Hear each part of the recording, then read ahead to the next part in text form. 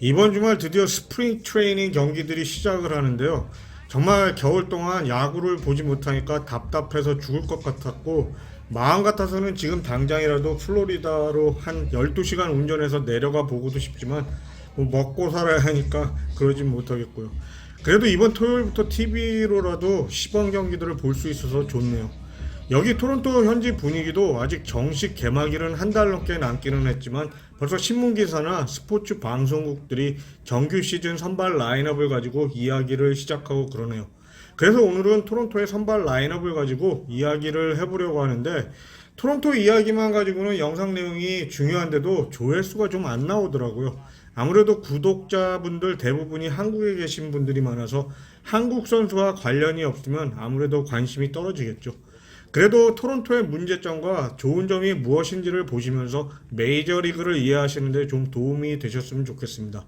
이번 오프시즌 토론토의 타선에 많은 변화가 있었죠. 지난 몇 년간의 라인업이 파워 라인업이었다면 이번에 바뀐 라인업은 좀 더 밸런스에 초점을 맞춘 라인업이라고 할 수 있는데요. 지난 시즌 토론토는 775득점을 하면서 아메리칸 리그에서 양키스 다음으로 많은 득점을 올렸습니다. 21시즌에는 오히려 더 많은 846득점을 했는데도 휴스턴과 템파베이에 이어서 3위를 했었고요. 기록만 놓고 본다면 결과적으로 22시즌의 타선이 21시즌의 타선보다 좀 더 좋았다는 이야기처럼 보일 수 있겠죠. 그런데 지난 시즌 토론토 타선의 문제점이 무엇이었나요? 가끔 나오는 비지오와 나머지 외야수이자 좌타자 3인방들, 타피아, 브래들리 주니어, 그리고 지모, 뭐 이런 선수들을 데리고 경기를 치러야 했다는 것입니다.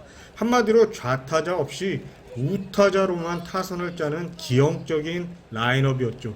토론토는 결국 경기에서 우타자들로 구성된 타선으로 제한된 작전을 사용할 수밖에 없는 가운데 홈런도 많이 쳐냈지만 중요한 기회를 놓치는 모습도 자주 보여주었습니다.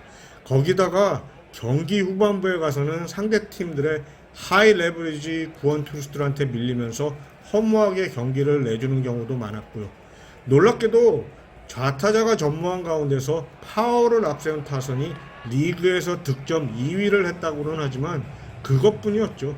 결국 한계를 느낀 애킨스 단장이 이번 오프 시즌에 중대한 결정을 내리고 팀의 라인업에 변화를 주었습니다.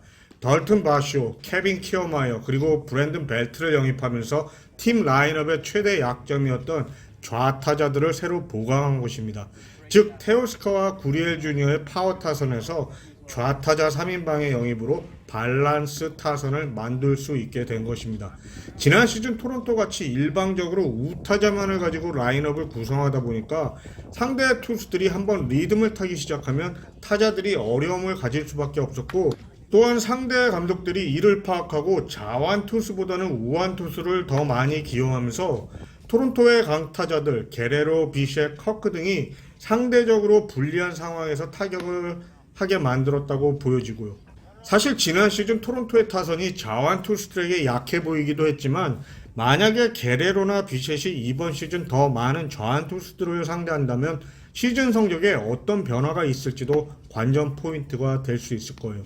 지난 시즌 토론토는 자완 투수들을 상대로 1239타석밖에 상대를 하지 못했었는데 이 기록은 전체 메이저리그에서 최저 타석수였습니다.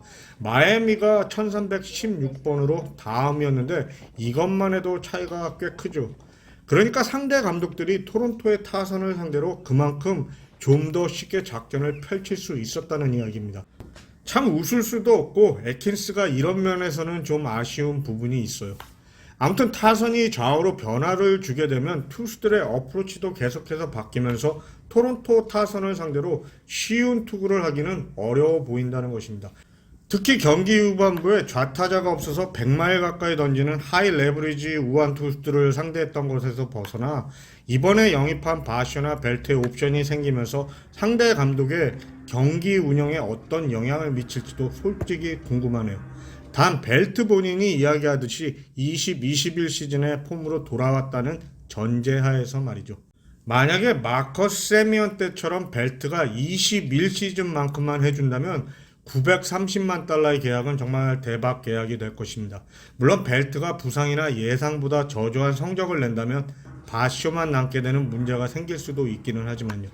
지난 시즌 플레이오프에서도 보았지만 스프링어를 제외하면 제대로 플레이오프에서 활약을 한 선수가 없다는 게 얼마나 팀에게 불리한지를 경험한 우리로서는 이번 벨트와 키어마이어의 영입으로 팀의 리더십 부분도 어느 정도는 해결을 했다고 보여지고요. 곧 시즌이 시작할 텐데 득점보다 실점에 좀 더 포커스를 맞췄던 이번 토론토의 오프시즌 영입과 관련한 개인적인 생각은 이렇습니다. 테오스카나 구리엘 주니어의 타석에서의 중요성을 무시할 수는 없지만 이번 시즌 바뀌는 규정에 칼맞춤한 선수들의 영입과 게레로 주니어와 비셋이 최고의 성적을 낼 것으로 기대하는 저로서는 오히려 득점이나 홈런 수도 더 늘어날 수도 있지 않을까 기대를 해봅니다. 특히 중요한 기회가 있을 때마다 아무것도 하지 못하고 무기력함을 보이던 지난 시즌 경기들을 생각한다면 말이죠. 오늘 스포츠 라디오에서 토론토의 타선과 관련해서 이야기들을 많이 하더라고요. 특히 보비셋이 4번 타자였으면 좋겠다는 의견도 많이 나오고요. 그에 대한 제 개인적인 생각은 이래요.